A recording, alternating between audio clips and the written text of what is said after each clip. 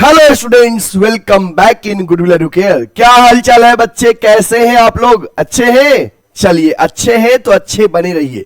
बच्चे, मैं चंदन सर, आपका बिजनेस स्टडीज का टीचर, आज आपको मैं क्लास 12th के बिजनेस स्टडीज में स्टाफिंग चैप्टर पढ़ाने जा रहा हूं।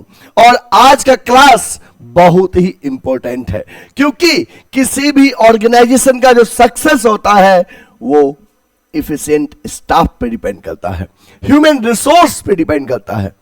दो ऑर्गेनाइजेशन के पास फिजिकल रिसोर्स सेम होता है, बट ह्यूमन रिसोर्स अलग होता है।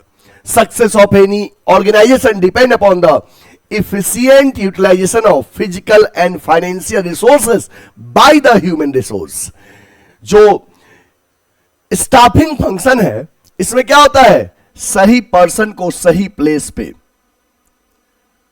लाना ही स्टाफिंग कहलाता है। अदर फंक्शन जो मैनेजमेंट के हैं वो तभी परफॉर्म होगा जब स्टाफिंग फंक्शन सही होगा। मैनेजमेंट के 5 फंक्शन है: planning, organising, staffing, directing, controlling. Out of that, staffing is the third functions of management, and staffing play a major role in the success of any organization। अगर हम सही लोग को higher करें, उनके क्वालिफिकेशन के अकॉर्डिंग हायर करें, no biasness, तो ऑर्गेनाइजेशन का सक्सेस पॉसिबल है। और अगर गलत लोग को हायर कर ले तो डाउनफॉल जाने में टाइम नहीं लगता है। चलिए, तो हम आपको स्टाफिंग के बारे में बताते हैं। बच्चे, staffing is the third functions of management. आपको पता है कि जो इससे पहले के क्लासेस में हमने प्लानिंग और ऑर्गेनाइजिंग फंक्शन जो मैनेजमेंट के हैं वो कवर किए। प्लानिंग में हमने गोल सेट किया था। ऑर्गेनाइजिंग में क्या हुआ? प्लानिंग में हमने गोल सेट किया, ऑर्गेनाइजिंग में पोस्ट क्रिएट किए, ऑर्गेनाइजेशनल स्ट्रक्चर क्रिएट किए। अब स्टाफिंग फंक्शन में उस पोस्ट को फिल करना है सही स्टाफ से, सही पर्सन से। ठीक है, चलिए देखो बच्चे, staffing it is the staffing जो है बच्चे, it is the third function of management. Management का तीसरा फंक्शन है स्टाफिंग। प्लानिंग पहला, ऑर्गेनाइजिंग दूसरा, स्टाफिंग तीसरा, after the directing and controlling. तो ये मैनेजमेंट का थर्ड फंक्शन है स्टाफिंग। ये आपका चैप्टर 6 है और आज हमारा स्टाफिंग का पार्ट 1 है। चलिए आगे स्टाफिंग के बारे में हम डिस्कस करते हैं। देखो बच्चे, स्टाफिंग क्या है? Staffing consist of man power planning. Man power planning, recruitment मतलब लोगों को इनवाइट करना वैकेंट पोस्ट के लिए, रिक्रूटमेंट कहलाता है। सिलेक्शन, जिन लोगों ने वैकेंट पोस्ट के लिए अप्लाई किया है उनमें से बेस्ट वन को ऑप्ट करना, चूज करना ही सिलेक्शन कहलाता है। ट्रेनिंग, जिनको हमने सिलेक्ट किया है उनको वर्क के रिगार्डिंग हर एक चीजों से अपडेट करना, ट्रेंड करना, ताकि वो सही से वर्क कर सके, वर्क का डुप्लीकेशन ना हो, रिसोर्सेज का वेस्टेज ना हो, इसके लिए हम उन्हें ट्रेनिंग देते हैं। Compensation, price for the work और सर्विसेज के बदले में जो अमाउंट पे करते हैं उसे कंपनसेशन कहते हैं। प्रमोशन, एक पर्टिकुलर टाइम पीरियड के बाद स्टाफ को प्रमोशन करते हैं जिसमें उनकी पावर और इंक्रीमेंट, सैलरी बढ़ाई जाती है। मेंटेनेंस ऑफ मैनेजरियल पर्सनल, तो ये स्टाफिंग क्या हुआ? जिसमें मैन पावर की प्लानिंग करते हैं, ऑर्गेनाइजेशन में कितने लोग की जरूरत है, उनका रिक्रूटमेंट, उन लोगों को इनवाइट करते हैं वैकेंट पोस्ट के लिए, जिन लोगों ने अप्लाई किया उनमें से बेस्ट वन को हम सिलेक्ट करते हैं, फिर उनको ट्रेनिंग देना, कंपनसेशन पे करना, प्रमोशन, ये सब स्टाफिंग का पार्ट होता है। इसके अलावा दूसरा एक और डेफिनेशन है, staffing involves finding the right person for the right job. Finding the right person for the right job, किसी भी काम के लिए जो सुटेबल पर्सन है उसको हायर करना ही स्टाफिंग कहलाता है। याद ध्यान रखना, right person for the right job. जैसे आप देखो कोचिंग सिस्टम में मल्टीपल काम है, हर काम के लिए अलग अलग एक्सपर्ट को हमने हायर किया है जो उस काम से रिलेटेड नॉलेज रखता है, जिनके पास उस काम से रिलेटेड स्किल है। जैसे अकाउंट्स के लिए अलग टीचर है, बिजनेस स्टडीज के लिए अलग है, इकोनॉमिक्स के लिए टीचर अलग है, टाइपिंग के लिए लोग अलग हैं, मैथ्स के लिए अलग है, रीजनिंग के अलग है, जीके के अलग है, इंग्लिश के अलग है। सभी सब्जेक्ट के सेपरेट फैकल्टीज, और जो फैकल्टीज हैं उनको उस सब्जेक्ट के रिगार्डिंग डिटेल नॉलेज है। ठीक है, तो स्टाफिंग यही है, finding the right person for the right job, having the right qualification, doing the right job at the right time, यही स्टाफिंग है। ठीक है, आप इसको नोट कर लीजिए जल्दी से। हो गया? क्लियर? ओके, अब आगे देखते हैं बच्चे इंपॉर्टेंस ऑफ स्टाफिंग। स्टाफिंग का इंपॉर्टेंस क्या है? देखिए,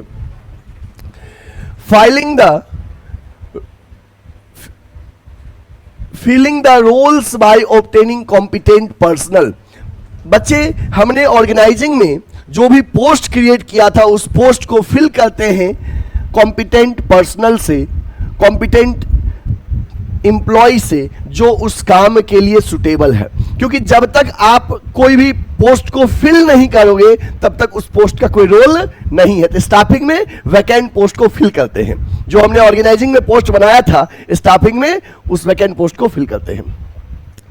placing the right person at right job, मतलब कि किसी भी काम के लिए जो सुटेबल पर्सन है उनको वो काम देना है, उनके क्वालिफिकेशन के अकॉर्डिंग, स्किल के अकॉर्डिंग, इंटरेस्ट के अकॉर्डिंग। ये तीनों फैक्टर ध्यान में रखते हैं। जैसे मान लो कोई पर्सन क्वालिफाइड तो है बट उसको उस काम में इंटरेस्ट नहीं है, तो वो उस काम को बढ़िया से नहीं कर सकता है। तो हम 2-3 फैक्टर ध्यान रखते हैं कि किसी भी जॉब के लिए मिनिमम क्वालिफिकेशन क्या चाहिए, तो क्या उस पर्सन के पास वो मिनिमम क्वालिफिकेशन है कि नहीं है, क्या उस पर्सन का उस काम में इंटरेस्ट है कि नहीं है, उस काम में कुछ स्किल है कि नहीं है।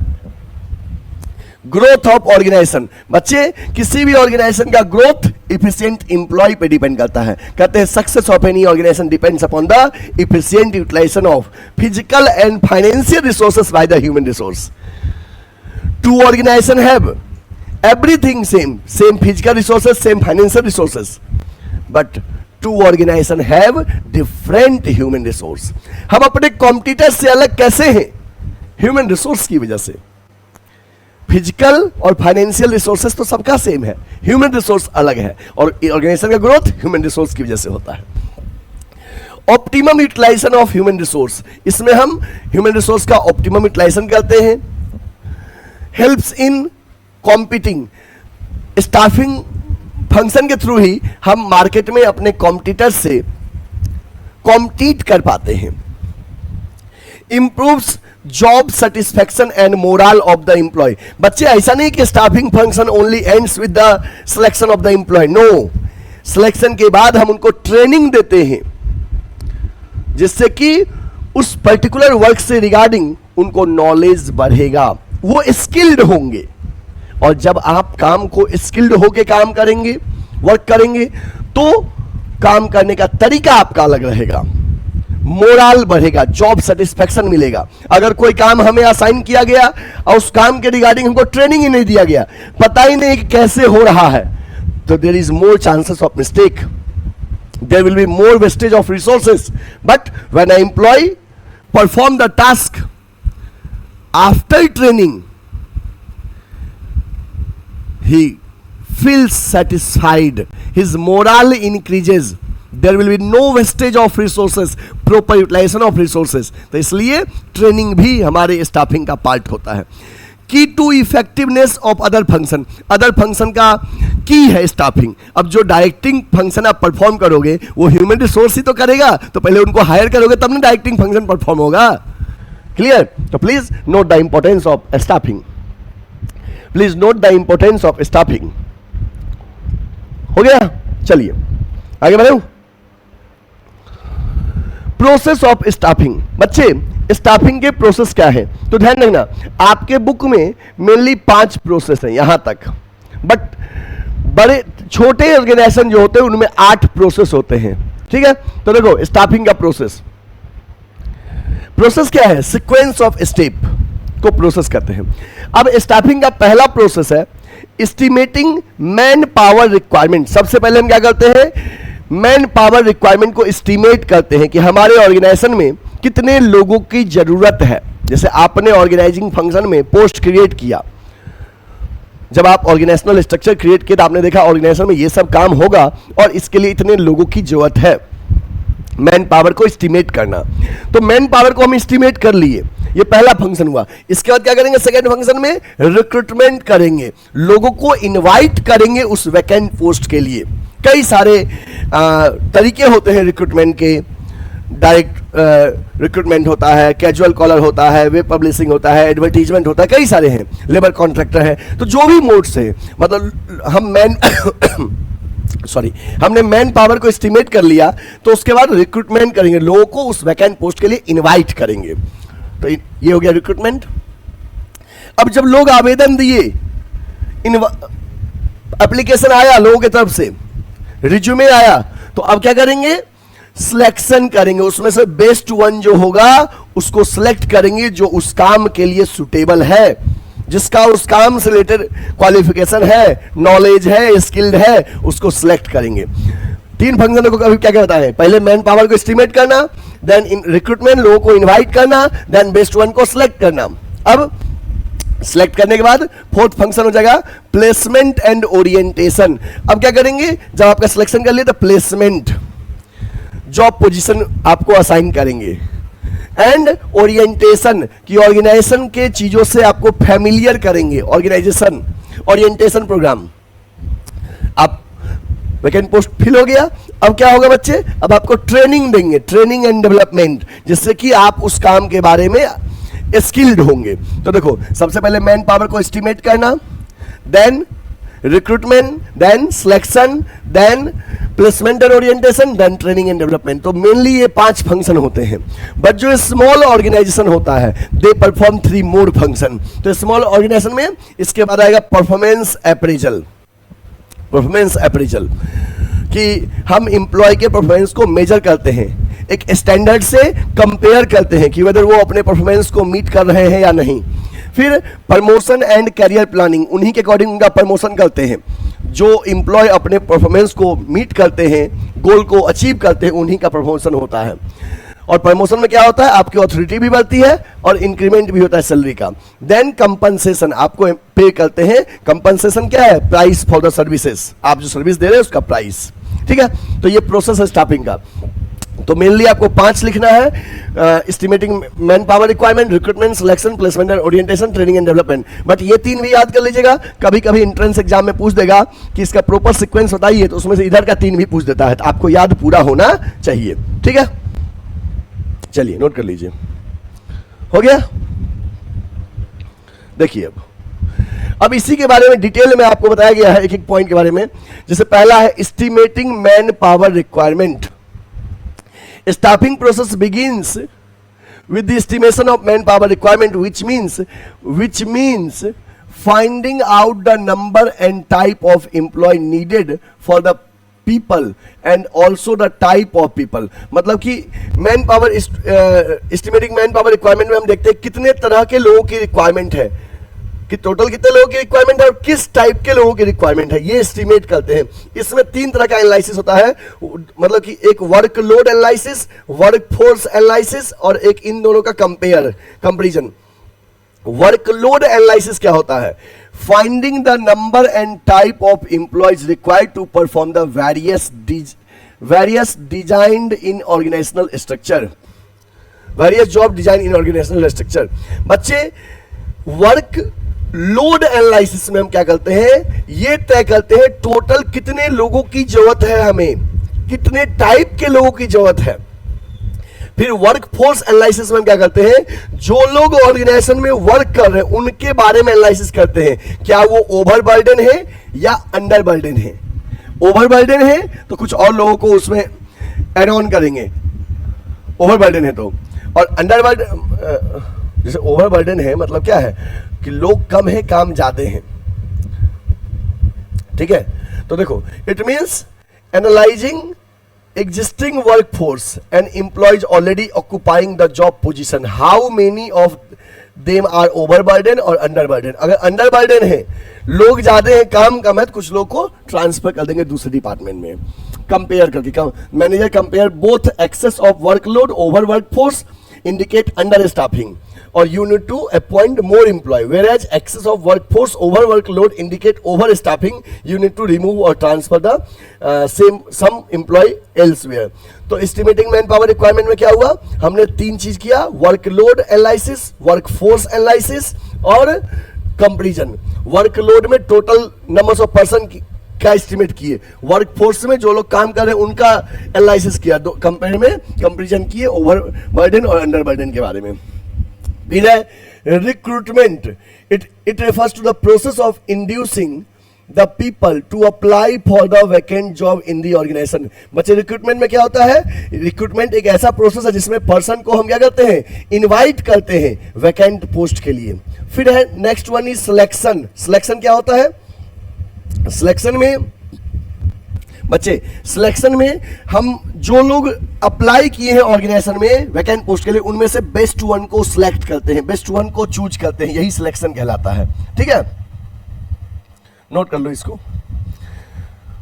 और selection is done through the process which involves selection, involves test, interview, ये सब सिलेक्शन में मैटर करता है। एक प्रॉपर क्राइटेरिया होता है सिलेक्शन का, नोट कर लीजिए।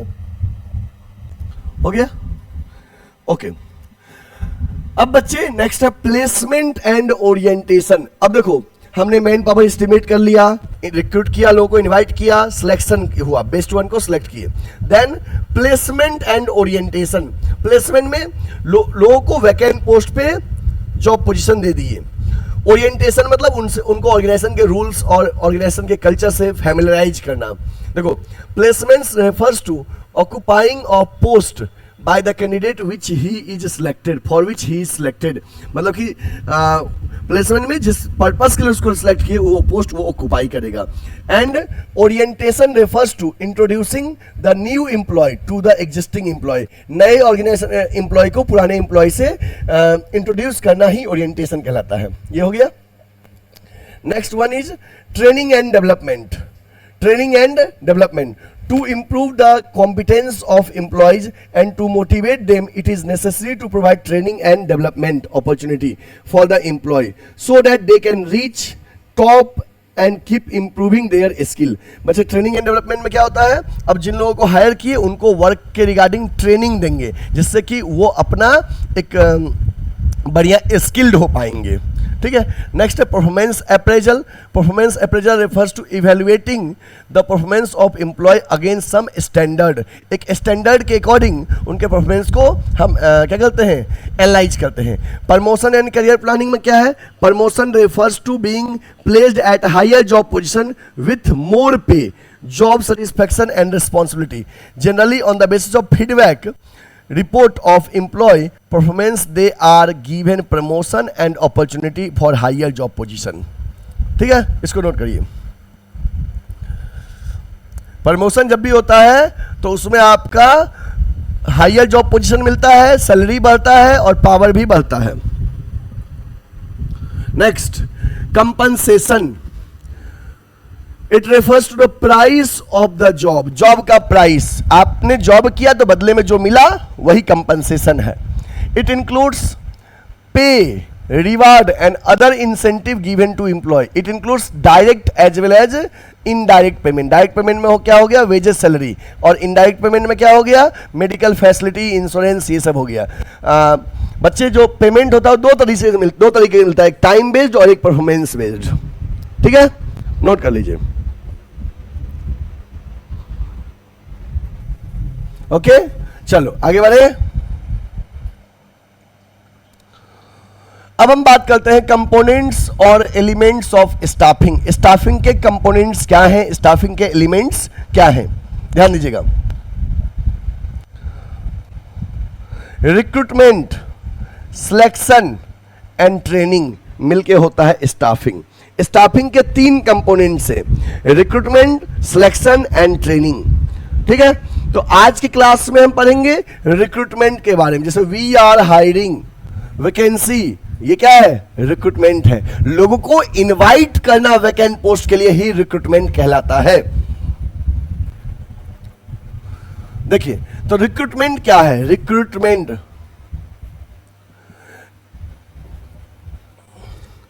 रिक्रूटमेंट मीन्स इंड्यूसिंग और attracting more and more candidate to apply for the vacant job position in the organization. Recruitment क्या है? कि inducing और inviting more and more candidate to apply for the vacant job position. Vacant job position के लिए अधिक से अधिक लोगों को invite करना ही recruitment कहलाता है।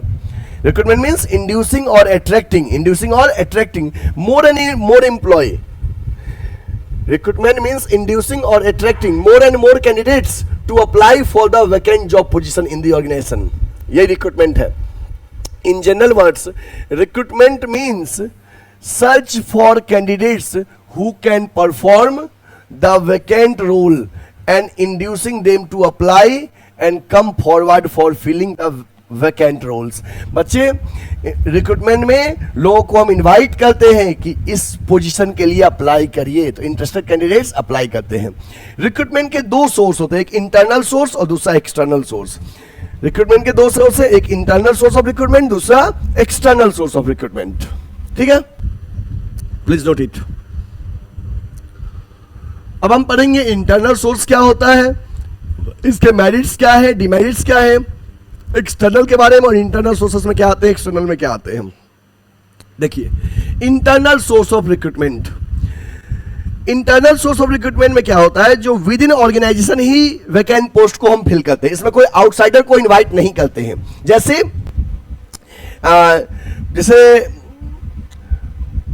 ट्रांसफर और प्रमोशन इंटरनल का पार्ट है। जैसे ट्रांसफर मतलब एक डिपार्टमेंट से दूसरे डिपार्टमेंट में ट्रांसफर कर देना, और ट्रांसफर जब किसी करते हैं तो उसमें पेमेंट इंक्रीज नहीं होता है। लेकिन प्रमोशन में क्या करते हैं? हायर पोस्ट के लिए आपको प्रमोट कर देते हैं, उसमें आपकी पावर भी बढ़ती है और इंक्रीमेंट भी बढ़ता है। तो ट्रांसफर और and promotion are the two sources of internal source of recruitment, transfer and promotion.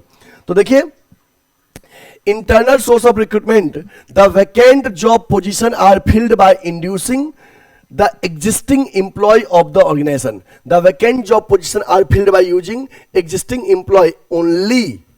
No outsiders are permitted in internal source. Internal source of recruitment में कोई outsiders नहीं आता है।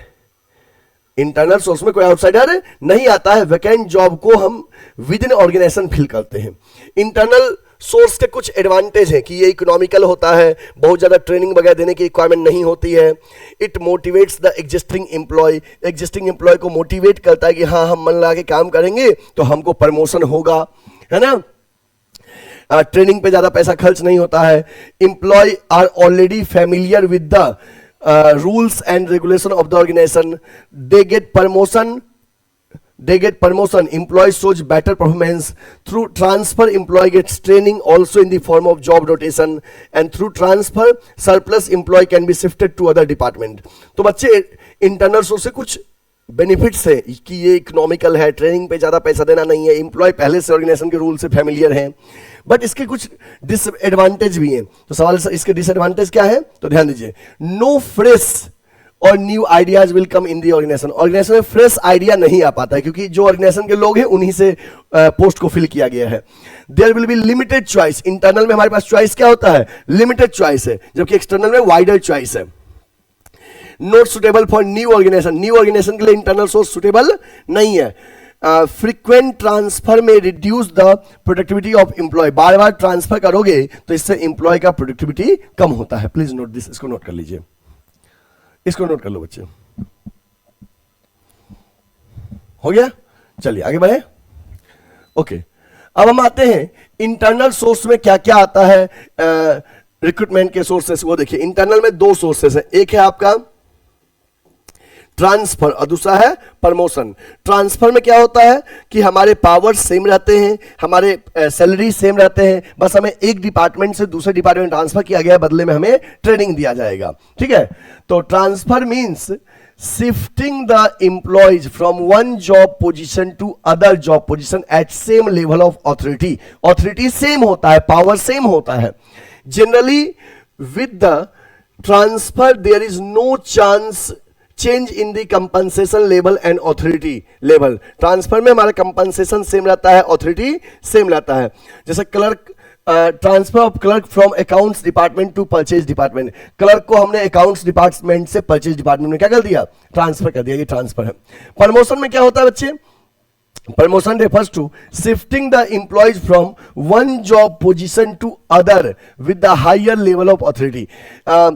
प्रमोशन में एम्प्लॉय को एक जॉब से दूसरे जॉब में प्रमोट किया गया और ऑथोरिटी बढ़ जाएगा, इंक्रीमेंट बढ़ जाएगा। ठीक है, प्लीज नोट दिस, इसको नोट कर लीजिए।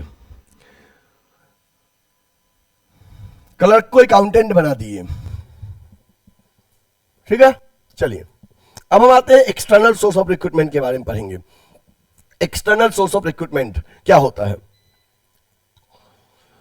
when candidates from outside the organization invited to fill the vacant job, जब हम बाहर से कैंडिडेट को हायर करेंगे वो आपका एक्सटर्नल सोर्स होता है। ठीक है, तो एक्सटर्नल कुछ एडवांटेज है कि फ्रेश टैलेंट ऑर्गेनाइजेशन में आता है, fresh and new talent, wider choice होता है, क्वालिफाइड पर्सन आता है, लेटेस्ट टेक्नोलॉजिकल नॉलेज होता है उनको, और कॉम्पिटिटिव स्पिरिट होता है। पॉजिटिव एस्पेक्ट है। जैसे इंटरनल में क्या था, लिमिटेड चॉइस, इसमें वाइडर चॉइस। ठीक है, लेकिन इसके ड्रॉबैक भी है क्या, कि एग्जिस्टिंग एम्प्लॉय का मोरल इससे कम हो जाएगा कि अरे हम काम कर रहे हैं और बाहर वाले लोगों को बुला के नया पोस्ट को फिल कर लिए, हमको पूछे भी नहीं। ठीक है, तो एग्जिस्टिंग एम्प्लॉय का मोरल लो हो जाता है। न्यू एम्प्लॉय को ऑर्गेनाइजेशन के रूल्स के साथ कई बार एडजस्ट करने में दिक्कत होता है, तो sometimes new employ does not adjust with the organisation rules. It is expensive, बच्चे एक्सटर्नल सोर्स एक्सपेंसिव होता है, we have to give training to them, हमें उन्हें ट्रेनिंग देना पड़ता है, ये थोड़ा सा कॉस्टली हो जाता है। Companies have to bear heavy burden of advertisement, बच्चे एक्सटर्नल सोर्स के लिए हमको एडवर्टीजमेंट भी करना पड़ता है और कई सारे टीम मेंबर के साथ उनका प्रॉपर सिलेक्शन करना पड़ता है। So it is a costly process, expensive, lengthy process है, तुरंत फिल नहीं हो पाता है। जैसे हमें किसी स्टाफ को हायर करना है तो वैकेंसी निकालना पड़ेगा, उनका इंटरव्यू लेना पड़ेगा, रिटन टेस्ट लेना पड़ेगा, मतलब सो मेनी लेंदी प्रोसेस है ये। प्लीज नोट दिस, इसको नोट कर लो। तो इट डज नॉट मीन्स कि हम एक्सटर्नल सोर्स के थ्रू रिक्रूटमेंट नहीं करेंगे, ऐसी बातें नहीं है। हम दोनों का मिक्सअप बना के रखते हैं, internal as well as external. जो की डिसीजंस होते हैं बच्चे, ऑर्गेनाइजेशन के मेन डिसीजंस होते हैं, टॉप लेवल एम्प्लॉय को कभी भी हम एक्सटर्नल सोर्स के थ्रू जल्दी रिक्रूटमेंट नहीं करते हैं। क्यों? सिक्रेसी मैटर करता है, ऑर्गेनाइजेशन के बेसिक चीजों को जानना जरूरी होता है। तो उस चीजों को हम ऑर्गेनाइजेशन में जो लोग पहले से वर्क कर रहे हैं उन्हीं को प्रमोट करके टॉप लेवल तक पहुंचाते हैं। ठीक है, लोअर लेवल और मिडिल लेवल के लिए हम एक्सटर्नल की हायरिंग करते हैं, बट टॉप लेवल के लिए बहुत कम से कम। प्लीज नोट दिस, हो गया। चलो अब बच्चे हम एक्सटर्नल सोर्स के जो डिफरेंट मोड्स हैं रिक्रूटमेंट के उसके बारे में पढ़ेंगे। देखो, एक है डायरेक्ट रिक्रूटमेंट। डायरेक्ट रिक्रूटमेंट क्या होता है? The organisation paste notice on the gate of the office और factory or workshop stating the vacant job position. The people who are interested in those job walk in interview. This method is external recruitment is most suitable for unskilled job position, sweeper और peon. बच्चे direct recruitment में क्या होता है कि organisation अपने factory के gate पे, ऑफिस के गेट पे वैकेंसी के बारे में पेस्टिंग कर देता है, वैकेंसी के बारे में, और उस पर जॉब पोजीशन लिख देता है कि इस पोस्ट के लिए वैकेंसी खाली है। और ये ज्यादातर ना अनस्किल्ड जॉब में होता है, स्वीपर के जॉब में, प्यून के जॉब में। जिन लोग को भी जॉब करना होगा वो सीधे फैक्ट्री में आएंगे और इंटरव्यू देके जॉब उनका हो जाएगा, इंटरेस्टेड कैंडिडेट का। वॉक इन इंटरव्यू होता है, आप आइए, जब भी आप देखें आप आइए, इंटरव्यू दीजिए और जॉब कीजिए। ठीक है, दिस इज डायरेक्ट रिक्रूटमेंट। तो ये वैकेंसी डायरेक्ट रिक्रूटमेंट का जो होता है, ये फैक्ट्री के गेट से वाइडर चॉइस नहीं मिल पाता है, जो लोग उसको देखेगा वहां से गुजरेगा वही आएगा। ठीक है, बट अनस्किल्ड जॉब के लिए this is suitable, one of the mode of direct recruitment. Next है कैजुअल कॉलर। बच्चे कैजुअल कॉलर क्या होता है? कई बार ऑर्गेनाइजेशन में कुछ लोग बीच बीच में आते रहते हैं, सर कोई वैकेंसी है। जैसे हमारे कोचिंग में भी कई लोग आते रहते हैं कि सर कोई वैकेंसी है बीएसटी पढ़ाने के लिए, इकोनॉमिक्स पढ़ाने के लिए, मैथ पढ़ाने के लिए। तो अब होता है, दो पॉसिबिलिटीज है कि मे बी वो आए तो मे बी वैकेंसी हो या मे बी ना हो। तो हम लोग कहते हैं ठीक है अपना रेज्यूम दे दीजिए, बाद में जब वैकेंसी आएगा तो आपको हम कॉल करेंगे। तो वो अपना रेज्यूम छोड़ के चले जाते हैं। तो बाद में जब ऑर्गेनाइजेशन को नीड होती है स्टाफ का, तो जितने लोग का रेज्यूम बीच में आया रहता है ना, तो उन लोग को ऑर्गेनाइजेशन कॉल करती है, उसी को कहते हैं casual callers. The large organisation maintain an application file in which they keep all the pending application which the job seekers leave with the reception पे जो लोग रख के चले जाते हैं, ठीक है, इन्हीं को कैजुअल कॉलर कहते हैं, उनको फोन करके बुलाते हैं। प्लीज हो गया, नोट कर लीजिए। ओके, नेक्स्ट देखिए, नेक्स्ट क्या है बच्चे, एडवर्टाइजमेंट। तो आपको समझ में आ ही रहा है कि advertisement about the vacant job position, इसमें हम वैकेंट जॉब पोजीशन के बारे में एडवर्टाइजमेंट करते हैं। ऑर्गेनाइजेशन अपना कोई भी एक मीडिया सेलेक्ट करता है कि हमको कैसे एडवर्टाइजमेंट करना है, न्यूज़पेपर में करना है कि टेलीविजन में करना है। एडवर्टाइजमेंट के माध्यम से हम बताते हैं we are hiring for this job position. फिर है employment exchange. Employment exchange act as a middleman between job seeker and organization who leave vacant job position। बच्चे employment exchange जो होता है job seeker और जो ऑर्गेनाइजेशन के बीच में मिडिल मैन होता है। जॉब सीकर का मतलब होता है जो लोग जॉब सर्च कर रहे हैं उसको जॉब सीकर कहते हैं, और ऑर्गेनाइजेशन, दोनों के बीच में एम्प्लॉयमेंट एक्सचेंज एक मिडिल मैन होता है जो जॉब सीकर अपना एप्लीकेशन और बायोडाटा दे देता है एम्प्लॉयमेंट एक्सचेंज में, and details of their qualification ये भी दे देता है with the employment exchange. And when organisation approach the employment exchange for suitable candidates are sent. और जब ऑर्गेनाइजेशन एम्प्लॉयमेंट एक्सचेंज से कहता है भैया कोई सुटेबल कैंडिडेट दीजिए, तो एम्प्लॉयमेंट एक्सचेंज दे देता है और बदले में पैसा लेता है, ठीक है। ये लिंकिंग पिन है।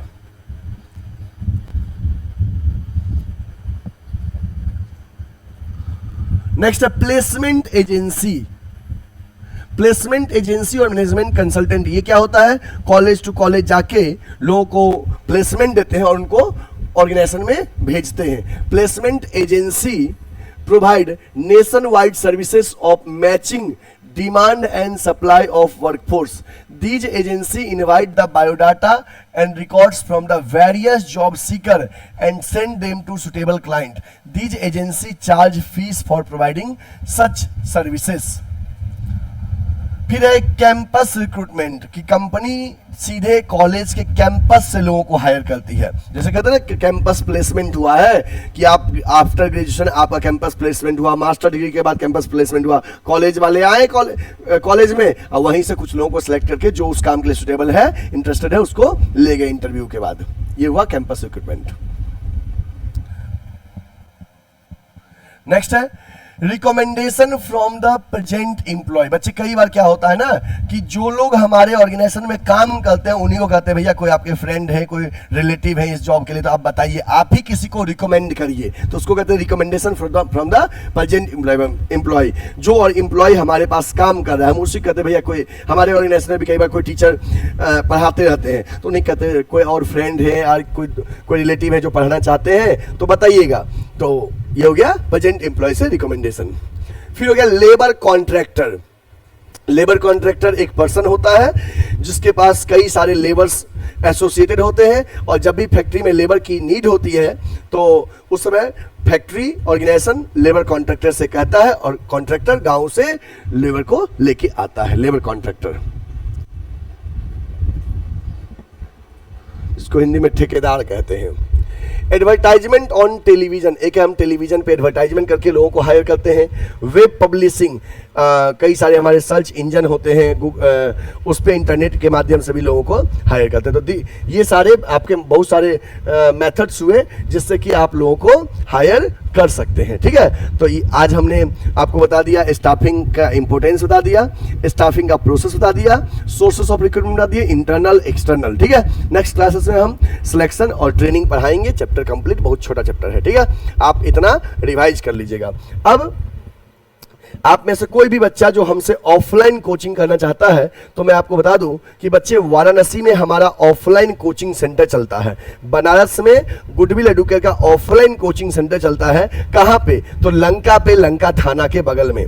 आप बनारस आएंगे तो लंका पे, लंका थाना के बगल में गुडविल एडुकेयर का ऑफलाइन कोचिंग चलता है। हमारे ऑफलाइन कोचिंग सेंटर में 11th एंड 12th कॉमर्स का पढ़ाई होता है, सभी बोर्ड का इंग्लिश मीडियम में। साथ ही CUET का प्रिपरेशन करवाते हैं BHU AU के लिए, ठीक है। CUET में BCom जिन बच्चों को करना है उनके लिए हम प्रिपरेशन करवाते हैं। इसके साथ ही बच्चे हमारा एग्जैक्ट एड्रेस है बनारस में, लंका पे, लंका थाना के बगल में। तो आप हमसे जुड़ने के लिए स्क्रीन पे जो नंबर को नोट कर लीजिए 8676080858 या 7743045542 पे आप हमें कॉल या व्हाट्सएप करके कोचिंग के रिगार्डिंग कोई भी जानकारी ले सकते हैं। इतना ही नहीं, अगर अभी तक आपने वीडियो को लाइक नहीं किया है बच्चे तो प्लीज लाइक, चैनल को सब्सक्राइब नहीं किए तो सब्सक्राइब कर लीजिए, बेल आइकन प्रेस कर लीजिएगा। और हाँ, अपने जितने भी कॉमर्स के फ्रेंड हैं उन तक ये वीडियो शेयर कर दीजिए और कह दीजिएगा कि गुडविल एडुकेयर के YouTube चैनल पे कॉमर्स का, अकाउंट्स, इकोनॉमिक्स, बिजनेस का सभी लेक्चर फ्री है और साथ में ऑफलाइन कोचिंग में अभी एडमिशन चालू है। जिन बच्चे को एडमिशन करना है 11th 12th कॉमर्स या CUET जिनका लक्ष्य है उनके लिए बैच अवेलेबल है। आके हमारे ऑफलाइन कोचिंग सेंटर में एडमिशन ले। और अगर आपसे पूछे कोई डिटेल्स दीजिए तो इस पैम्पलेट का स्क्रीनशॉट ले लीजिए, आप अपने इंस्टाग्राम, व्हाट्सएप पे लगा लीजिए और दोस्तों को भी शेयर कर दीजिए। Thank you, will meet again in next lecture. Take care, bye bye.